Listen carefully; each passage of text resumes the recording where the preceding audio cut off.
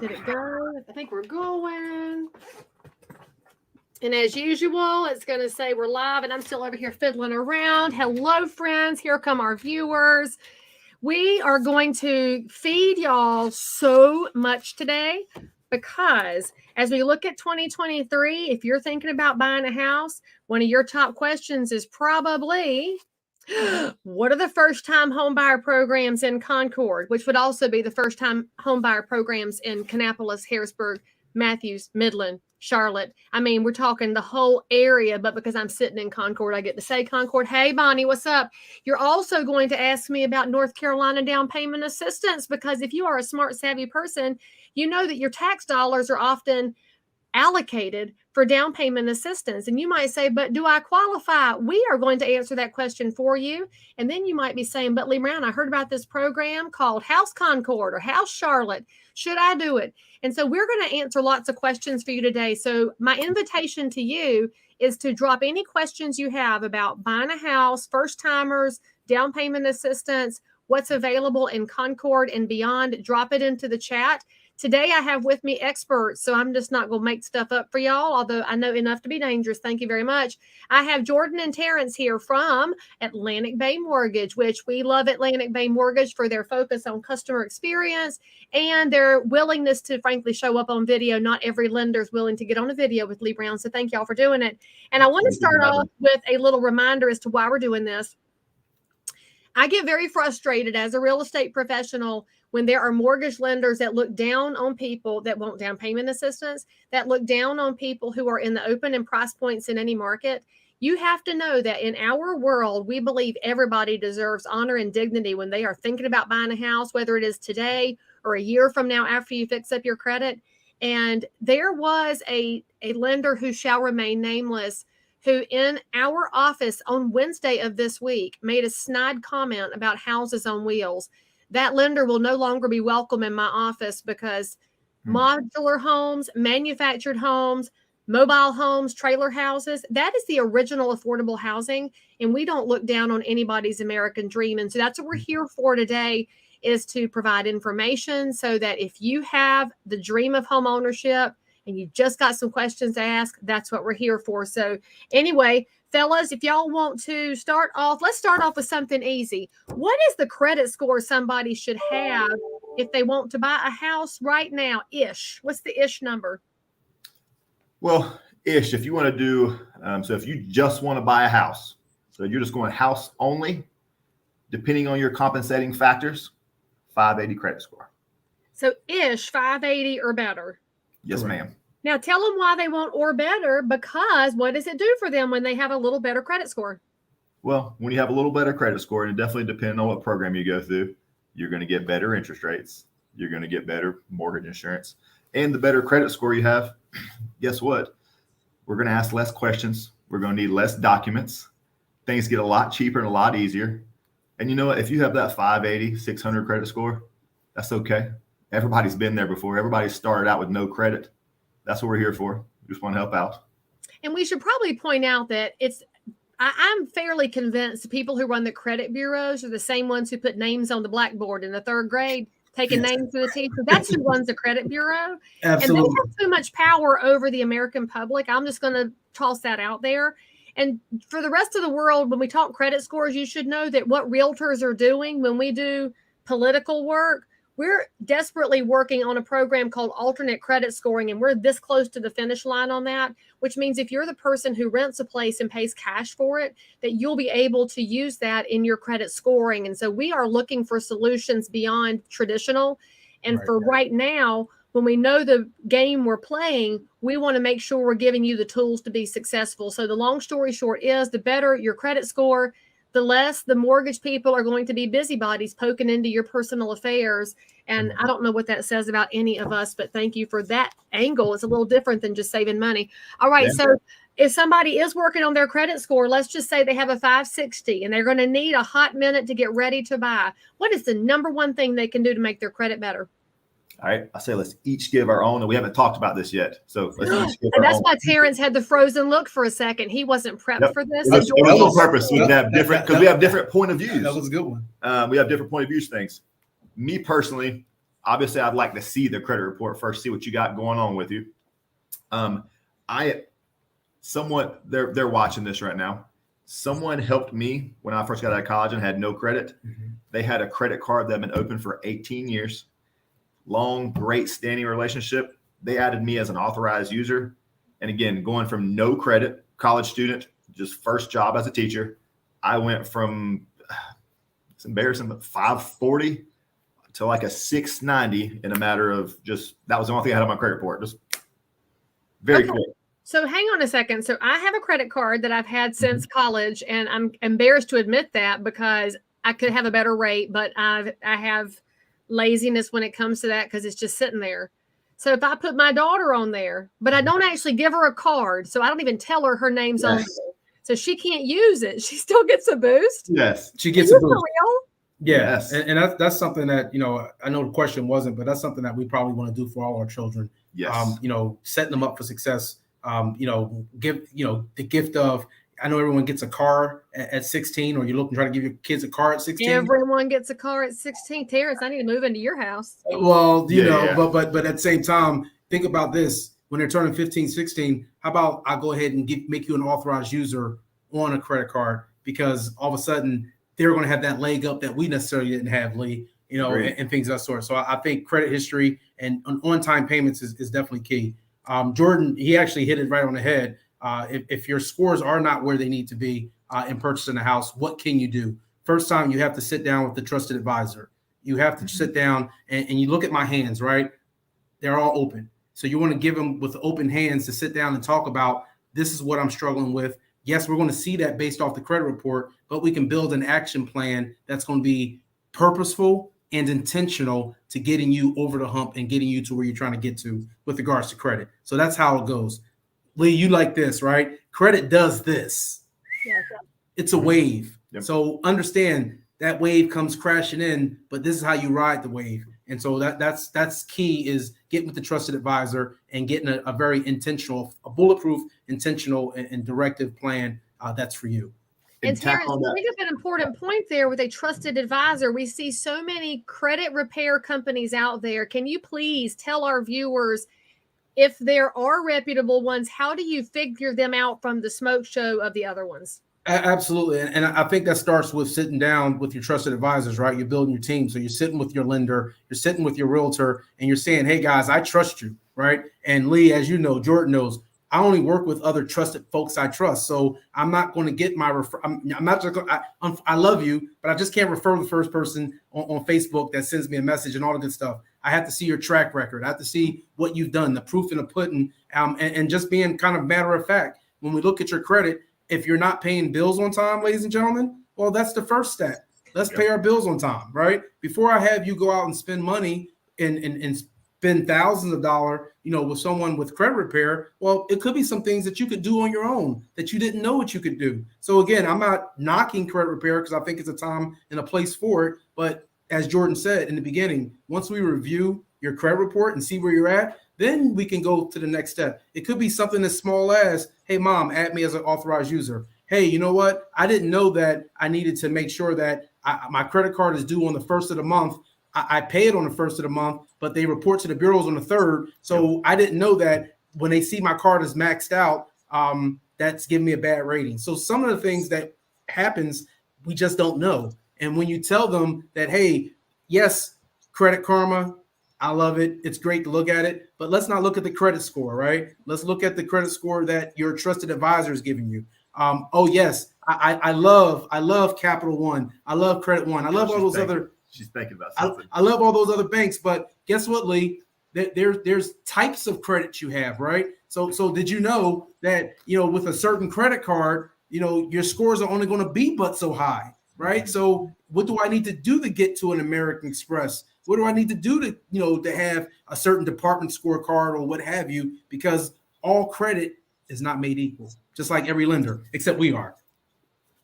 Oh, so y'all are like the little pair over there, but you gave me the perfect parallel. That's why I got all excited.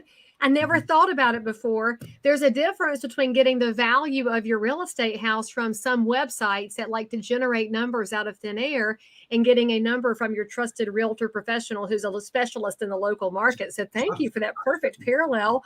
It's so amazing. You could totally go to that website and have cocktail party information, and you can brag to your friends, but it's not the same thing as when you're ready to stick a sign in the yard. Just like if you want to buy a house, that's why you call us. We can hook you up with these guys because it matters. And by the way, they're local. They're on the internet right now for your life to be easier. But we use local lenders because if something's going sideways, I can take my bony elbow and shove it into somebody's side so that I can get an answer. If you are doing your internet loan with some unknown, unseen company out in the middle of Bismarck, North Dakota, they have no reason to return our phone calls or emails, and they're not a neighbor you're going to see at the grocery store. And that is where you talk about the proof hitting the pudding. That's at the grocery store. Okay, so let's change gears here. And we hope y'all enjoyed your little sidetrack there on credit scores. We could talk about that for days. Yep. But let's flip over to down payment assistance because there's a lot of misconceptions on down payment assistance.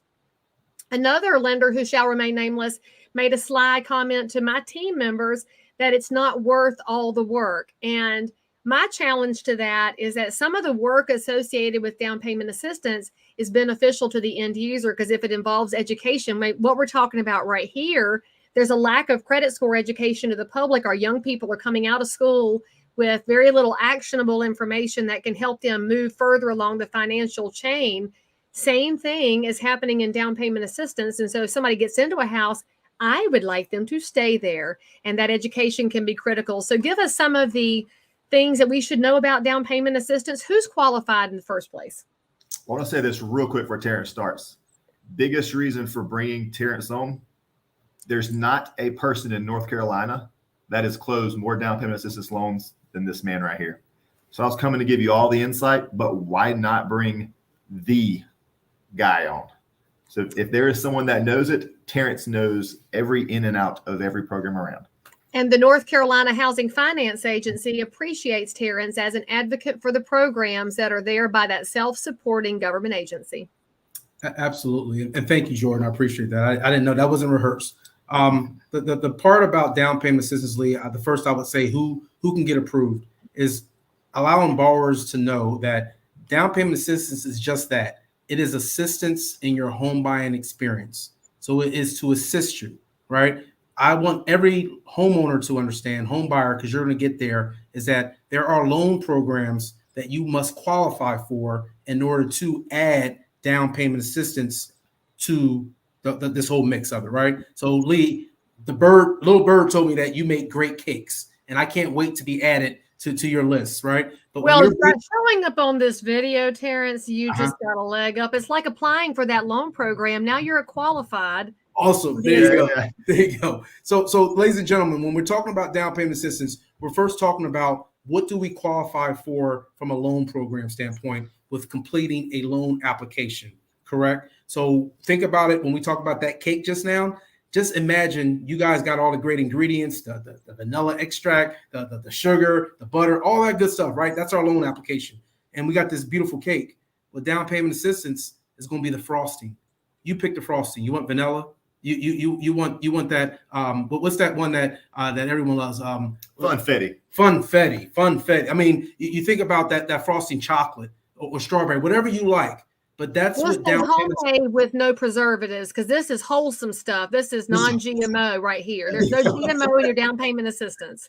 Absolutely. So when we're thinking about the down payment assistance, everyone can qualify, right? You don't have to necessarily just be a first-time home buyer. Mm-hmm. You can be a move-up buyer. This can be your second home, and you're looking at, hey, it may make sense for down payment assistance. You know what? I have some cash here, but I need to do some other things with my cash. And if I apply or I can qualify for the assistance, then why not? North Carolina housing, South Carolina housing, but we're in Concord. You're sitting in Concord, I'm sitting in Ballantyne. So I had to mention South Carolina. But at the end of the day, those housing programs do work. And that is on the state level, top of the mountain, Leigh. At the same time, you also have your local city ones, like the city of Concord, Kannapolis, right there. I know the folks over there. You have the city of Charlotte, which is Dream Key Partners / House Charlotte. You got the city of Rock Hill. You got the city of Gastonia. So, ladies and gentlemen, I just need you to tell Leigh where you want to live. We can figure out what assistance programs that may be official to you or propelled to you based off of your qualifications and things of that sort. So who is eligible? And obviously, it doesn't affect your place in the home buyer universe, first time repeat buyer. Is it based on credit scores or income or any other demographic groups? What are the different things people should be aware of? Yeah, so first things first, if we're looking at down payment assistance at the state level, the minimum credit score is 640.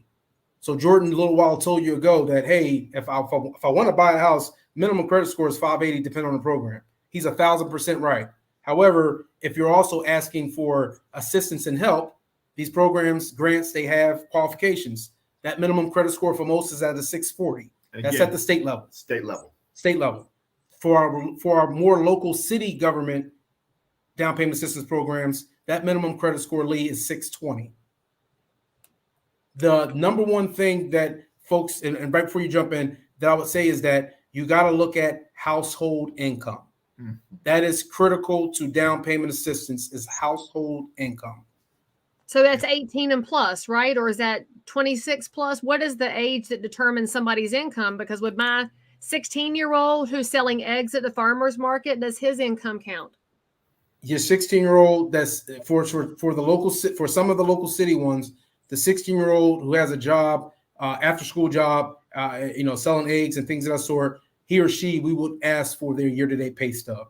If they're paid cash, And that should be fair. Selling eggs right now, you probably could pay cash and don't need a down payment assistance. I mean, the egg market's crazy. But all right, so anybody with a W-2 is going to count towards household income. That's interesting because most people think it's only mom and dad.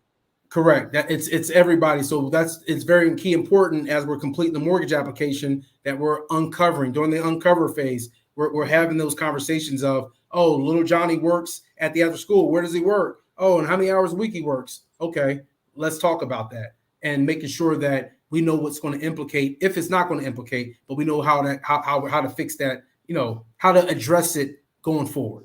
And that's what your trusted advisor does. Huh? Well, yes. And in that box, you got to remember, down payment assistance, even though it's paid by tax dollars and paid by the government or whoever, it's not necessarily made so anyone and everyone can qualify for it. And maybe little Johnny maybe works a food line at the end of the day and maybe works 10 hours a week, and they've only worked there for 2 months.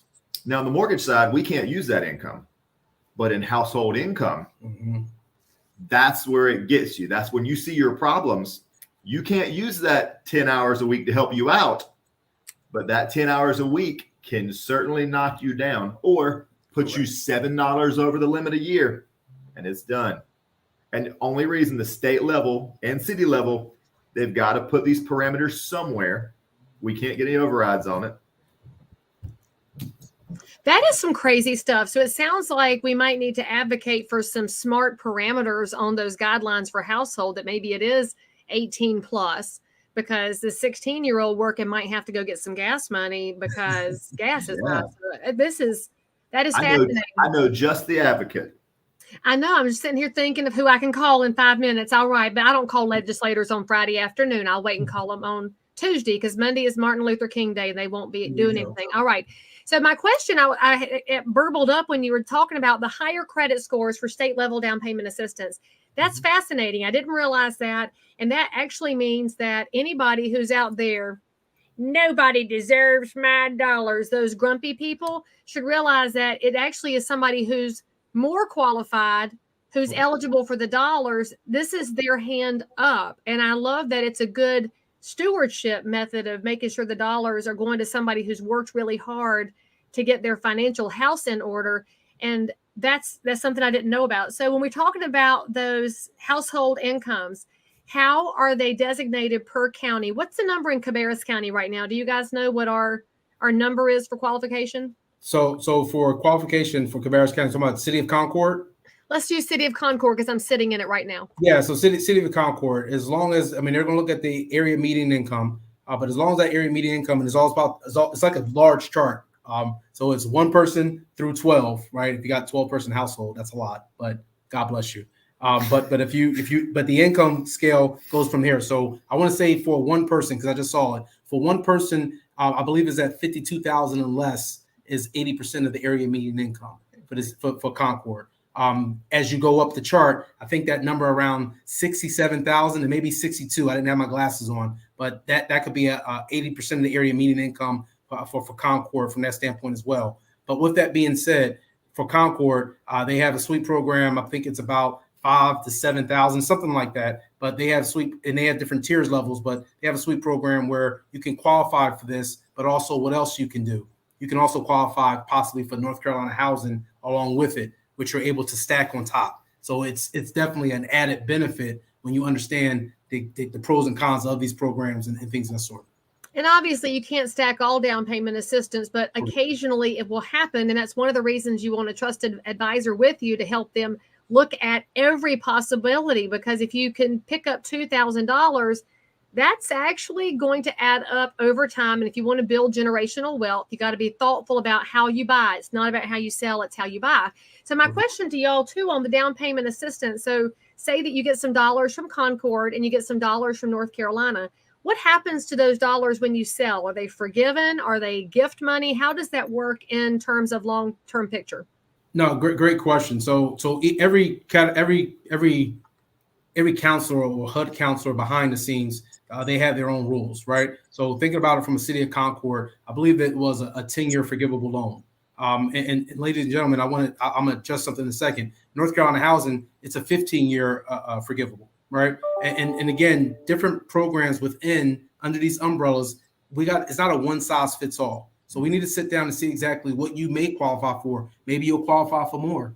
Maybe you'll qualify for something that'll help you with your budget to increase it. Because Leigh will tell you, right? Certain price points, it's hard to get there. Sure. But if we can get a little bit more by sitting down and having the conversation, that'll be key. But to your point, Leigh, the local city ones are typically 10-year forgivable, and at the state level, it's 15-year forgivable. And as far as when you go to sell, if you were to sell within the time period, then Lee's just going to ensure that we sell the house for enough to take care of paying off the down payment assistance that you had incurred. If it's been forgiven, then there's nothing to worry about from that standpoint. But think about it from this standpoint. There are recaptures on every down payment assistance. So technically, I like to take the word out. These are not grants. Anytime that someone is adding themselves to your deed of trust, ladies and gentlemen, that's called a loan. Yes, it may be a zero payment loan. That's great, unless you move and do different things. But at the end of the day, down payment assistance has gotten kind of away from being grants, but it's more loan structure, especially when they are taking second or third lien position against your home mortgage. And what that means, friends, is that if the market were to go down, which is not our forecast right now, but we never know because real estate markets are fluid and cyclical.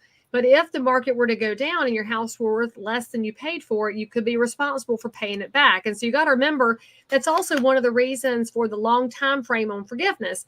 We as intelligent financial people want to get you to stay put in that primary residence if you can, because the way that you build real estate wealth over the long haul is not to move every year and a half. Now, you don't have to stay for 50 years like your mom and daddy did, but staying put is the way that you outlast a real estate cycle. Now, we've been in a weird cycle for 3 years.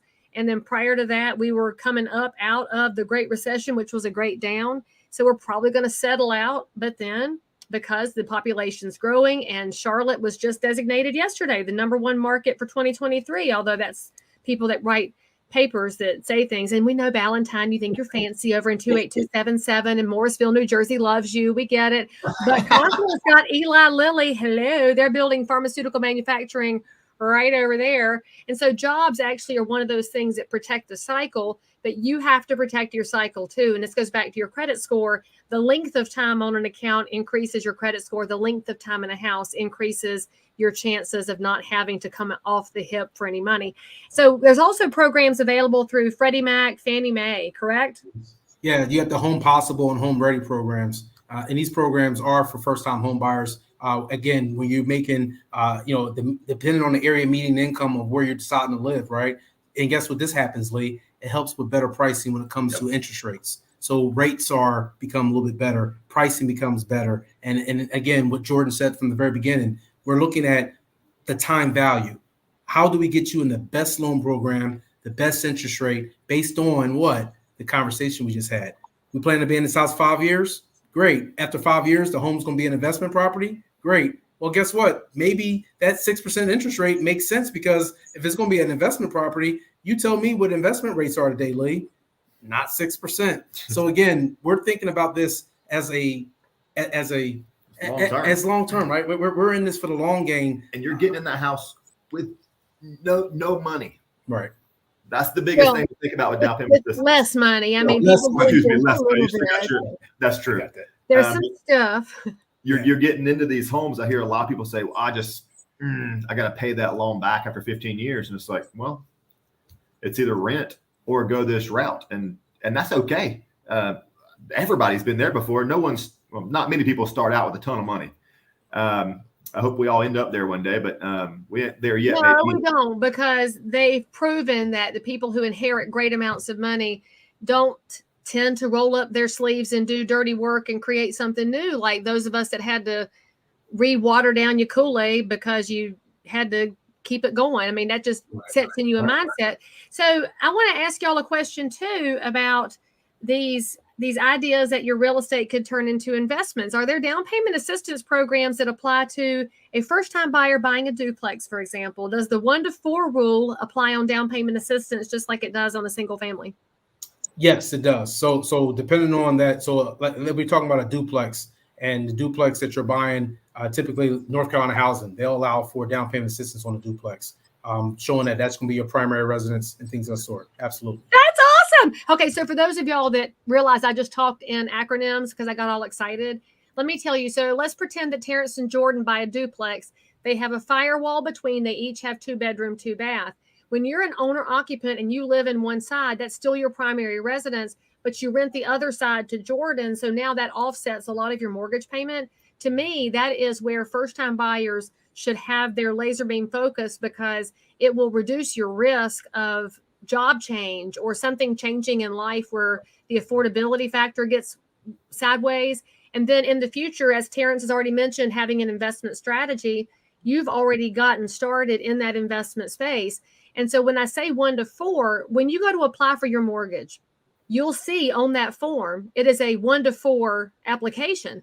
Well, many real estate agents just talk to buyers about buying a house. Well, a house is that picture in your book of the little white frame house, 1.5 story, picket fence, 2.5 kids and a dog.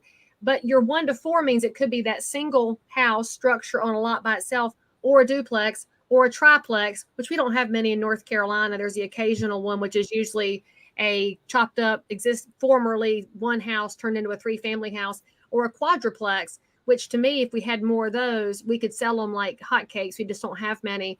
So always ask about the buffet that you could be choosing from. And then, golly gee willikers, if I could go back and buy my first house, it would be a duplex. I would have gone after down payment assistance because I would have qualified as a young single female, but it never occurred to me to check because my bills were paid. And I guess in my head, I thought down payment assistance was only for people who were really struggling. So address that for us real quick. Do you have to be a struggling, hot financial mess to qualify for down payment assistance? Absolutely not. And that is one of the myths that's out there. Again, under these umbrellas of down payment assistance, you have, yes, a huge quest around affordable housing. And that's where probably more of our local city down payment assistance agencies really, propel, and that's where their mission is. But when you think about the North Carolina housings, the South Carolina housings, they're looking at another tier up, but that's at the government state level, right? But they're looking at how they can help the masses over several counties. How many counties are in North Carolina? It's 100. more than one. There you go. I know it's more than one, right? So North Carolina housing covers every county, whatever county you pick the county, you name it, from A to Z or A to Y, whatever it is, if there's no Z's as far as counties. But there's a town of Zebulon, but I don't think that's the name of the county. So we can say Wake County. That's Wake. It's right beside Lizard Lick. Wake County is kind of expensive, though. Let's look at Chatham County instead. There's more opportunity there. Absolutely. So then you're also thinking about, when you're talking about at the state level. So no, it's not. It's for first-time home buyers, and as we talked about, it's also up for move-up buyers. So let's just think, you bought a house as a first-time home buyer, and you use North Carolina housing. Great. You stayed in your house 3 years or 4 years, maybe 5 years. Great. Well, you remember that, I had that 15-year, they said I had to pay it back, but my house appreciated to enough where I won't have to worry about that down payment assistance I got, because it'll be included in my payoff when I pay the house off. Well, I'm going to buy the next house. I'm buying the next house up to $380,000 to my next property. And Leigh's found and identified it. Well, I'm not a first-time home buyer, but now I can look at the NC Advantage program. Oh, NC Advantage. My loan amount is $300,000 or $380,000. Well, what can I qualify? Well, you can qualify up to 3% of the loan amount to get that. So if I do the quick math, that's like $11,000 in assistance, right? And yes, it comes with a different interest rate. We can get into all those type things, right? Yes, it comes with various different purchase prices, but that's where I say you got to sit down and you got to talk to the trusted advisor. You got to make sure that it makes sense, so that when we're all getting together, like you see 3 of us on the call right now, just imagine the lender, the buyer, and Leigh. So you have everyone here that's making it all make sense and making it go up from there. So it's exciting. I'm excited about this year, Leigh. I'm excited for our buyers. I'm excited for just us, because we get back to, I think, shoulder to shoulder. We get back to belly responses, and we get to truly see who wants to be a home buyer. I mean, it's true. We should have been having these consultations all along, but we all know that transitional markets give us a chance to be a next level professional. Correct. So let me ask you one more question before we wrap up our feed here. It's one of the biggest myths in home buying. Do you need 20% down to buy a house? You know what? Why does that persist? I can't figure out why people still I know exactly why it persists. And because generations before, there was a very different school of finance. Are you talking about me and Terrence? Is this an age joke at the two of us? You see, I'm looking at them. Here's what we're seeing right now. Our millennial buyers that are coming in, I don't know where they're getting this money from. They got money. They're coming in with 150, 200 sometimes. Yeah. And it's coming out of nowhere. Sometimes it's mom, who knows? But they're coming in, they're saying, okay, so I'm going to put my 20% down, I'm going to do my thing. My parents said I put 20% down because mortgage insurance is through the roof. Well, what I like to do for people that are putting 20% down, now, if you have someone that comes in and they say, hey, I'm 20% no matter what, they bought multiple houses, okay, you know what you want. Understandable. You've bought more houses than me.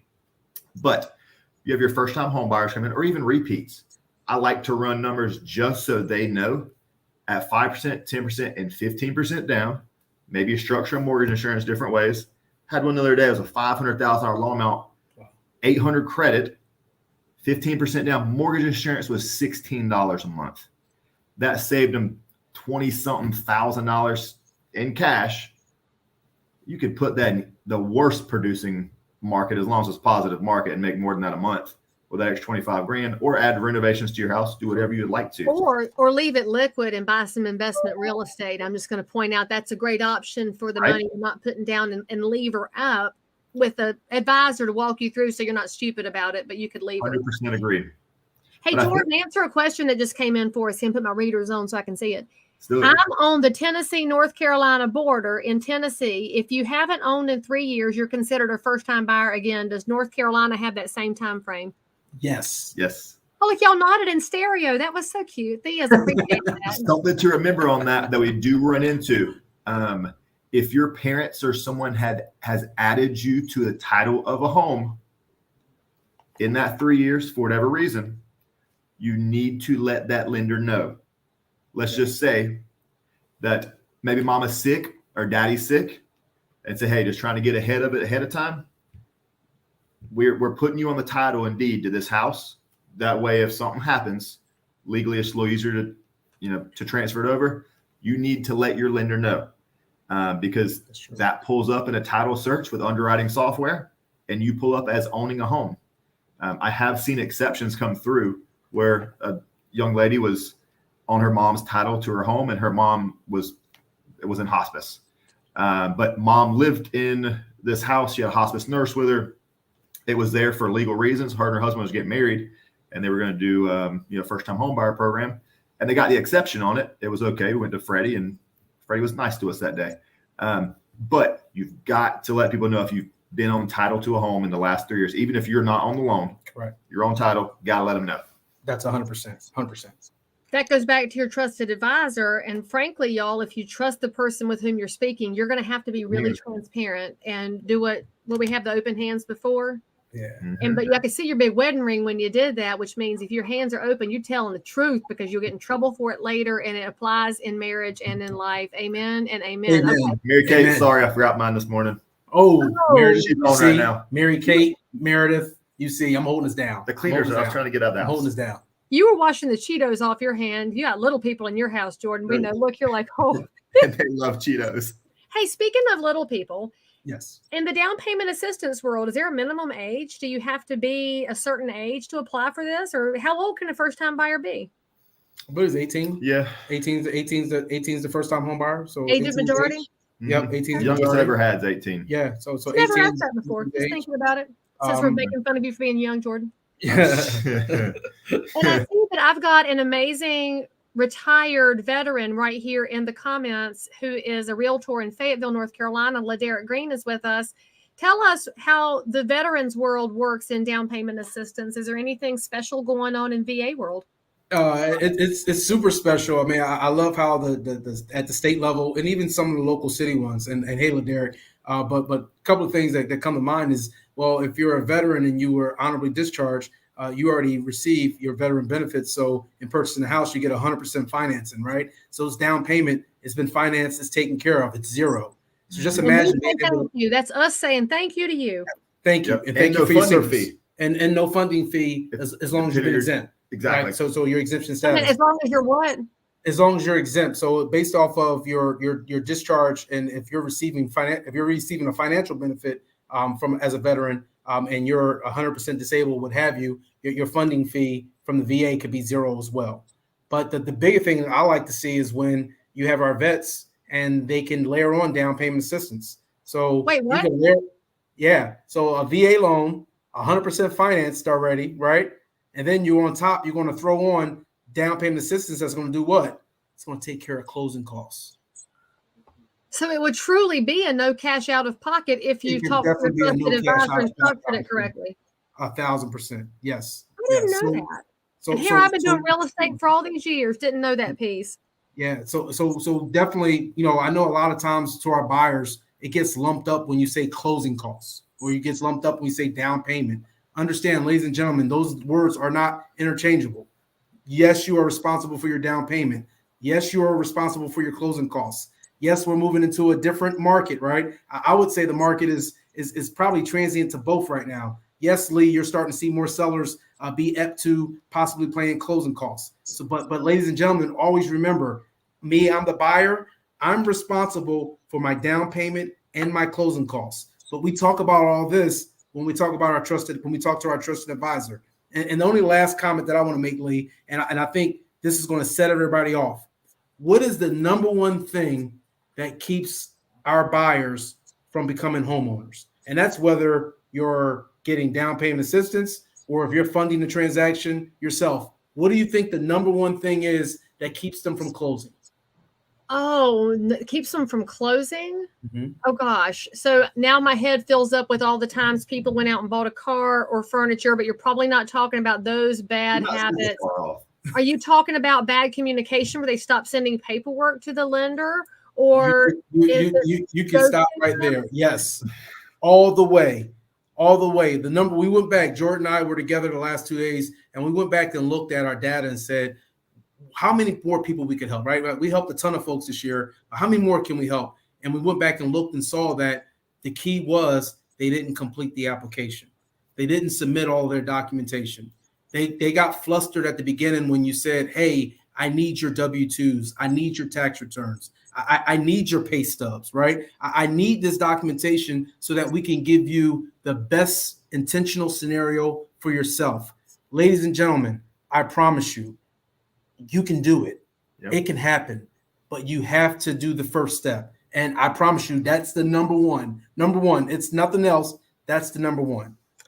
And is it fair to point out the government already has all your information, so don't be afraid to give it to us. It's not like it's all private and secret anyway. Yes. Yes. All right, so there's a question over here. Laderek's asking if we can share the income limits to qualify. Is there a good website where a realtor can go and look at income limits per county?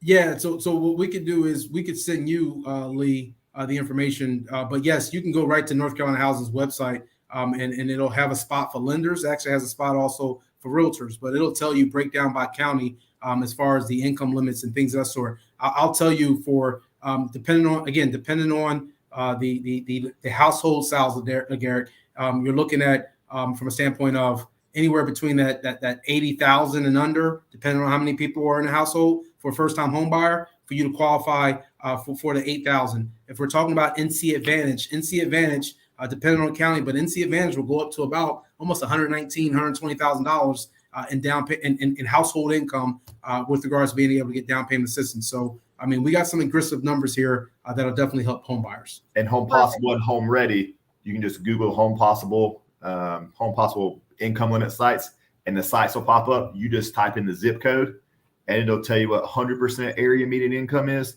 80%, and so on and so forth. And he's in Cumberland County, so it's real close to Cabarrus in the alphabetical order of North Carolina counties. Eastern North Carolina boy. That's right. That's Fort Bragg. Let's see. Christy would like to know, are y'all licensed in Tennessee, and can you help them there with lending? Of course we are. Yes, we are, Christy. Aren't you too? Yes. Yeah. We're here in Tennessee. Look, y'all are like a matched pair. Jelaine wants Terrence's contact information. You know what, Jelaine? We will add Jordan and Terrence's contact information to the caption for this video as soon as we wrap it up. So after we post it, if you'll go back and visit the caption, we will make sure all the contact information is there so that y'all's lives are easy. Because if we just say it out loud, you won't write it down anyway. And somebody just made a sad face in the emojis. I would imagine that was an accident. They can't be sad about anything except that our live feed is ending here. So if you have a last minute question, toss it over into the comments very quickly. Guys, any last minute thoughts you'd like to toss out there to the world for 2023? If I'll jump out, because his is going to be more profound, but this is what I'll say. I'll ask that as a home buyer and as you're entering into this process, please allow your lender to own the financing process of this whole transaction. Allow your lender to do that. Allow your realtor to guide and own the entire transaction. Think about your agent as air traffic controller. Think about me. I'm a mighty jet. I'm coming off. I'm zoom, zoom, but I'm a jet. But think about Leigh Brown as our air traffic controller. And what I want you to do, you're going to own every decision that needs to be made with regards to interest rate, with regards to payment, with regards to whatever. You're going to own that. So you have your piece. I have my part. Leigh has her part. And that way we get to the closing table. Yeah. For me, mine's just been the same every year. I think the thought of buying a home is so far-fetched. I know, growing up, not everybody grows up with all these great opportunities, but it's something you just never really thought about, right? So I graduated from college and I was a teacher. So if we have any realtors on the call or any clients on the call and you are a teacher, you have any teachers, you know how the teachers are treated in North Carolina and really southeastern U.S. But it's hard to obtain that money. I'm here to tell you, me and my wife used a down payment assistance loan to buy our home when we were teachers. And guess what? It wasn't bad at all. It was great. And when you finish buying the house, you tell everybody about it. And again, unfortunately, you got to do the steps to see how it is, but you get it, you buy it, it's great. But that initial fear of saying, I can't buy a house. I don't have my 20% down, or I don't have, whatever. That's okay. There's things to get you in a home. And I'm here to tell you, I've done it before. I've been there. I was a teacher for a long time. It's way easier than you think. And remember, I had the bad credit back in the day. So you can't throw many things at me that I haven't already lived through. And frankly, it's that fighting through that makes it feel that much more powerful when you get there. Yours. Correct. So, guys, thank you so much for dropping us 1,000 gems of knowledge. And we'll probably be able to cut this video into a tiny bunch of little stuff for the TikToks and the Instagrams to make sure we get all these little facts out there for the world. But I really appreciate you. I appreciate y'all being our partners in the lending process, because we're so grateful to have a stable of amazing, thoughtful community lenders that give honor and dignity to every buyer who comes across our plates, because we do appreciate every price point.